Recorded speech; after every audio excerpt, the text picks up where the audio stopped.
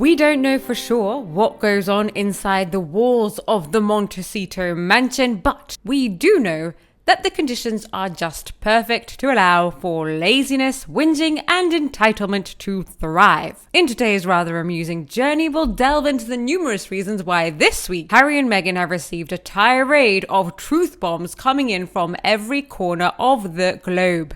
Brace yourselves, let's get to the crunch.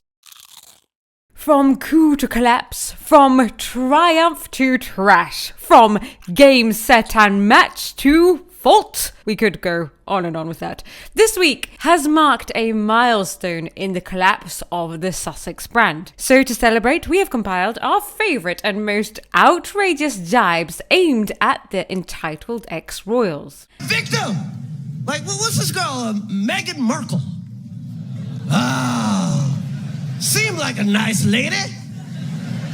Just complaining. After Harry and Meghan's work schedule was recently revealed on a tax return, the whole world were shocked to discover that they had committed to just 1 hour of work per week to their cherished charity. The very charity which they vowed to be their life's work and their purpose for abandoning their royal duties. But their ridiculous work efforts were about to get some royal attention this week after being slammed by multiple big names. Meghan's namesake Megyn Kelly, known for her expert ability to say whatever the blink she thinks, blasted them as grifters a couple weeks ago. A comment that has subsequently been reignited in the wake of Spotify's cancelling of their $1 million contract. Very overpriced deal, $20 million.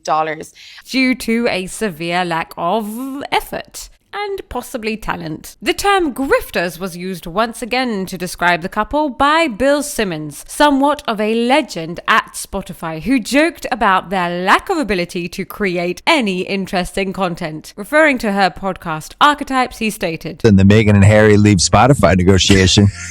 The grifters. That's the podcast we should have launched with them. I got to get drunk one night and tell the story of the Zoom I had with Harry to try to help him with a podcast idea. Do it. It's one of my best stories." Megyn Kelly came out guns blazing once again this week, stating that Meghan Markle is a fraud after it was revealed that she hadn't even conducted most of the interviews for her podcast. If it wasn't a big name like Serena or Mariah Carey, she wasn't interested, subsequently editing her voice in to make it seem like she was talking to her guests, when it was actually her producers who were on the ground working hard and asking the questions. In the revelations about this podcast that failed was the fact that she committed a fraud. You would never misrepresent that you did it. You would never cut your own questions into the interview and try to pawn it off on your audience like it was yours.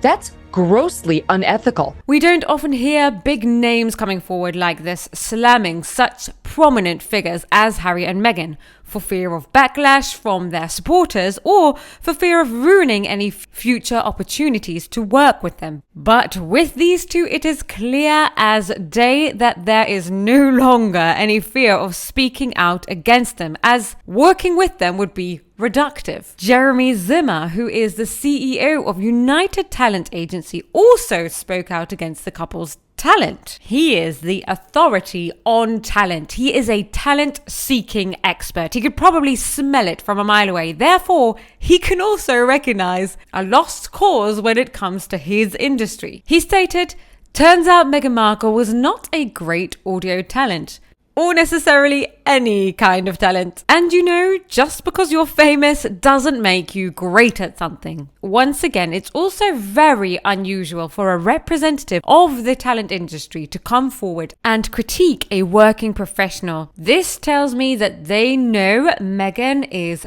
done for. She has all the confidence one could ask for, which can take you only so far. But she has hit a wall with her lack of natural talent and slim to no teachability. Stephen A. Smith, a renowned sports journalist and the host of his very own show, did not hold back on his thoughts of Meghan as a rather bad host.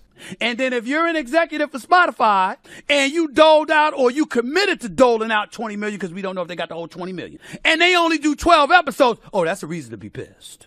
You parted ways after one season. You only gave 12 episodes. And oh, by the way, according to the reports, some are saying Meghan Markle, the Duchess of Sussex, did not conduct the interviews herself.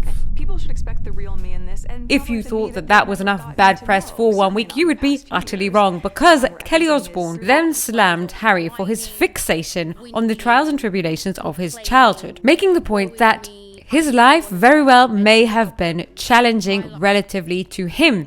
Of course, losing your mother is a tragedy, irrespective of your social status. But the point that Kelly so eloquently makes is that when you put it into perspective, Harry has an irksome habit of being extraordinarily ungrateful for his good fortune. It's me. I'm the only one that's ever had mental problems. My life was so hard. Everybody's f***ing life is hard. Yeah, you were true. the prince of a goddamn country who dressed up as a f***ing Nazi, and now you're trying to come back as the Pope? His life is very unrelatable, which is what led up ultimately to the pent-up outburst from Kelly Osbourne. Suck it.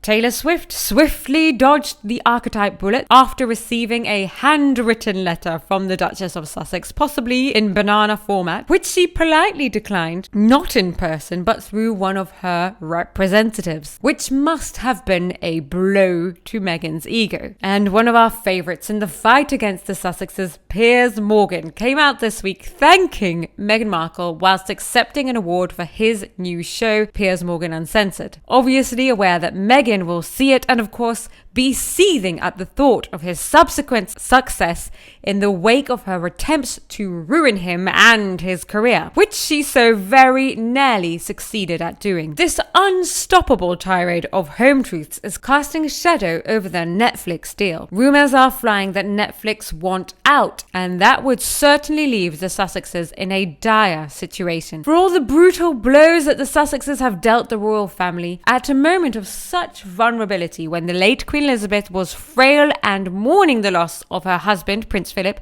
to whom she was married for almost 74 years. Karma has finally come knocking at the door of the Montecito mansion, loudly seeking revenge. To put it in the words of Lady Colin Campbell herself, if you spit in the sky, it falls into your eye. So let's raise our glasses to Harry and Meghan, the epitome of laziness, entitlement, and who in the eyes of the media have not an ounce of talent, and clearly a huge misunderstanding of the word work. May they forever be ridiculed for their desire to succeed while simultaneously attempting to ruin the royal family and the Markle family and Piers Morgan, to name a few. Someone said the best thing that Meghan and Harry could do is to start living in the real world. To be honest, do we want them in the real world? Wouldn't it be good if they changed worlds entirely? A different planet? Someone else said, those lazy grifters, the skid Markles, are so tiring at this point.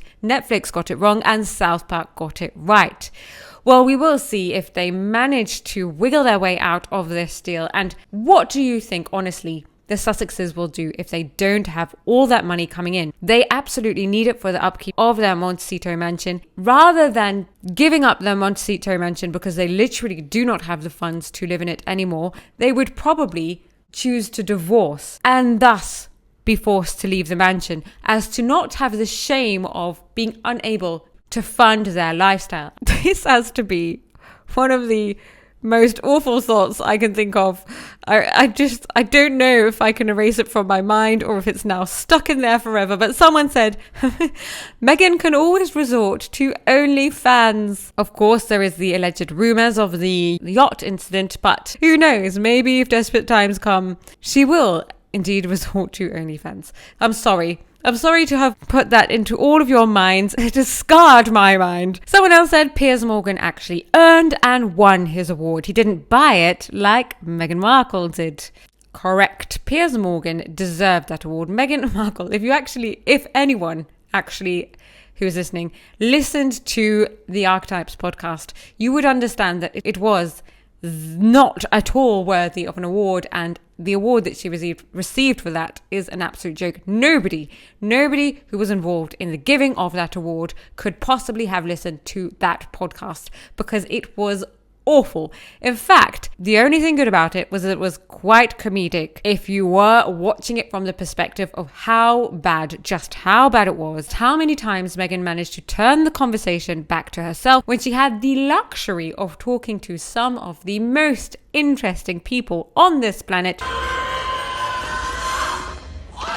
You are a feisty bunch of free thinkers. I'm certain from having the pleasure to read your comments on the daily that any one of you with your quick wit, your passion, and your fearlessness to speak the truth could have made a podcast for Spotify, which was 1,000 times more interesting than that of Meghan Markle's.